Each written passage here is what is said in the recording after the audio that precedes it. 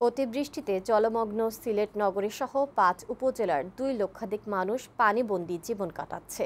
বিপদসীমার উপর দিয়ে বইছে সুরমা কুশিয়ারা সহ বিভিন্ন নদীর পানি। রাস্তাঘাট ডুবে বিচ্ছিন্ন যোগাযোগ ব্যবস্থা। বন্যার অবনতি হয় সুনামগঞ্জ আর লালমনিরহাটেও বাড়ছে পানিবন্দী মানুষের সংখ্যা। এর মধ্যেই আবারও ভারী বৃষ্টির পূর্বাভাস দিয়েছে আবহাওয়া অফিস। সংবাদদাতাদের পাঠানো প্রতিবেদন জানাচ্ছেন অরিসুল ইসলাম।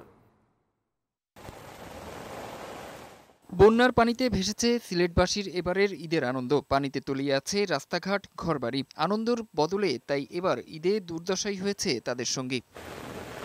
বৃষ্টি আর উজানের ঢলে সিলেটের নদ নদীগুলোর পানি বাড়ছেই। সীমান্তবর্তী গোয়াইনঘাট, জৈন্তাপুর, কোম্পানীগঞ্জ সহ ৫ উপজেলায় পানিবন্দী হয়ে আছে ২ লাখের বেশি মানুষ। নগরীর রাস্তাঘাট তলিয়ে প্রায় বিচ্ছিন্ন যোগাযোগ ব্যবস্থা। পরিস্থিতি মোকাবেলায় সব ব্যবস্থা নেওয়ার কথা জানিয়েছেন সিটি মেয়র। আমাদের সিটি কর্পোরেশনের পক্ষ থেকে আমাদের এলাকায় আমাদের সমস্ত প্রস্তুতি আছে। আমাদের টিম, আমাদের যারা পরিচ্ছন্নতা কর্মী, সারা রাত তারা কাজ করেছে। সুরমা নদীর পানি বেড়ে সুনামগঞ্জ সদর, দোয়ারা বাজার, ছাতক সহ বেশ কিছু এলাকা প্লাবিত হয়েছে, ভেঙে পড়েছে যোগাযোগ ব্যবস্থা। আগামী 48 ঘন্টা ভারী থেকে অতি ভারী বৃষ্টিপাতের পূর্বাভাস রয়েছে।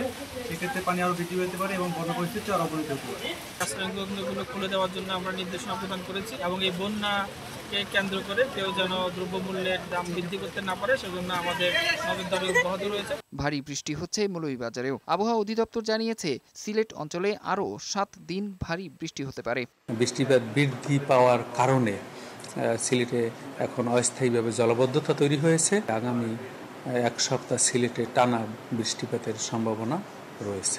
এদিকে লালমনিরহাটের আদিতমারির নিম্নাঞ্চল প্লাবিত হয়ে পানিবন্দী হয়ে পড়েছে ৩ শতাধিক পরিবার। ডুবে আছে ধান ও সবজি ক্ষেত। ধরলা ও সানিয়াজান নদীর পানিও বাড়ছে। ডেস্ক রিপোর্ট, বৈশাখী সংবাদ।